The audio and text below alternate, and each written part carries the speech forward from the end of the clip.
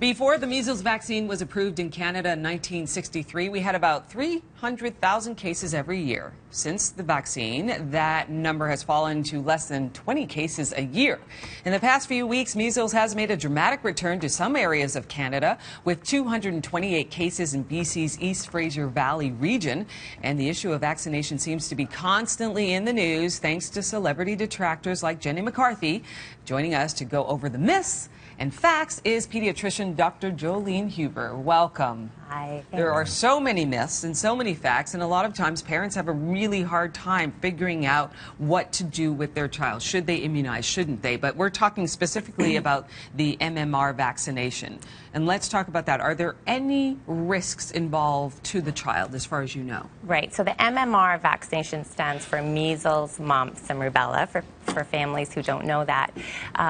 But there's a rigorous process before we allow any medication or immunization to come to Canada, of course, and Health Canada takes that very seriously, and we only allow things that we think are very safe and, of course, effective. So you think it's safe? Safe. It's very safe and effective, and there's very rare chance of having any kind of side effect. But there are adverse reactions. There have been. I know children who've had them, whether it be swelling, whether it be fevers as a result. Their parents claim immediately after it, this happened. Yeah, so commonly right after you may have some swelling, a mild fever, a little bit of rash, but typically those are just short-lived, and I think the risks of not getting the vaccination far outweigh the benefits. Is there any chance of splitting? Because I know MMR is 3. I mean, there's been a lot of talk of just having the single dose. You know, what's the trend in that? So that's a really great question, and parents ask that all the time.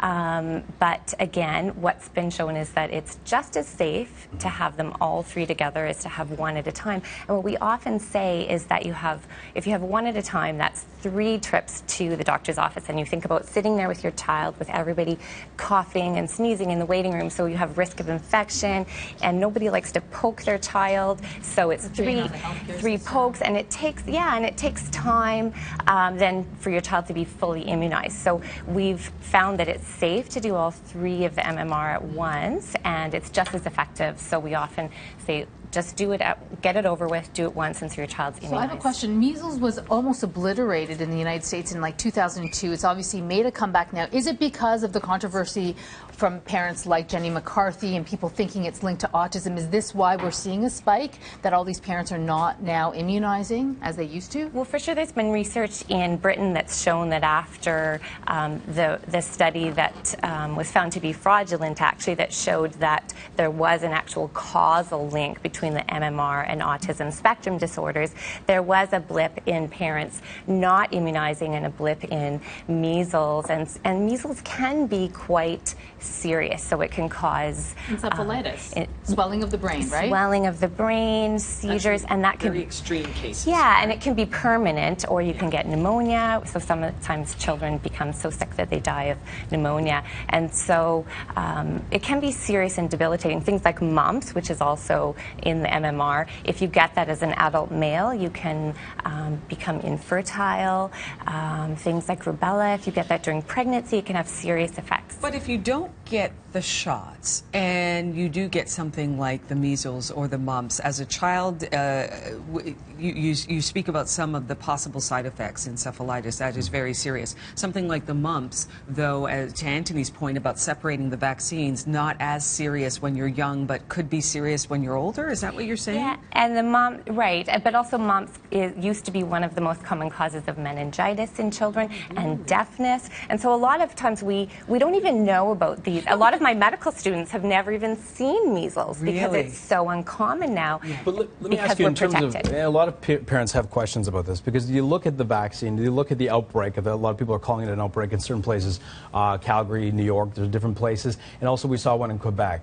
In one school in Quebec, for example, more than half were vaccinated and yet contracted measles.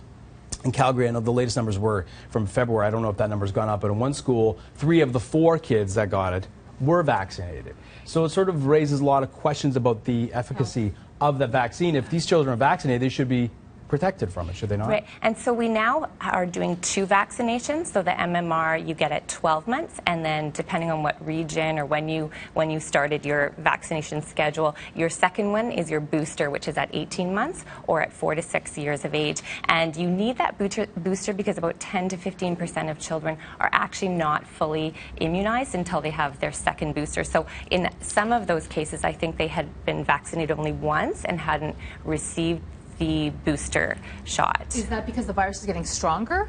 Well, it does change. It does change over time, but I think that's just we know that we need to have. They realize that in cases like you're talking about, where sometimes you can be, and that's why it's sort of serious. Because if we don't, sort of as a community, decide to immunize, there's a lot of children under 12 months of age cannot be immunized.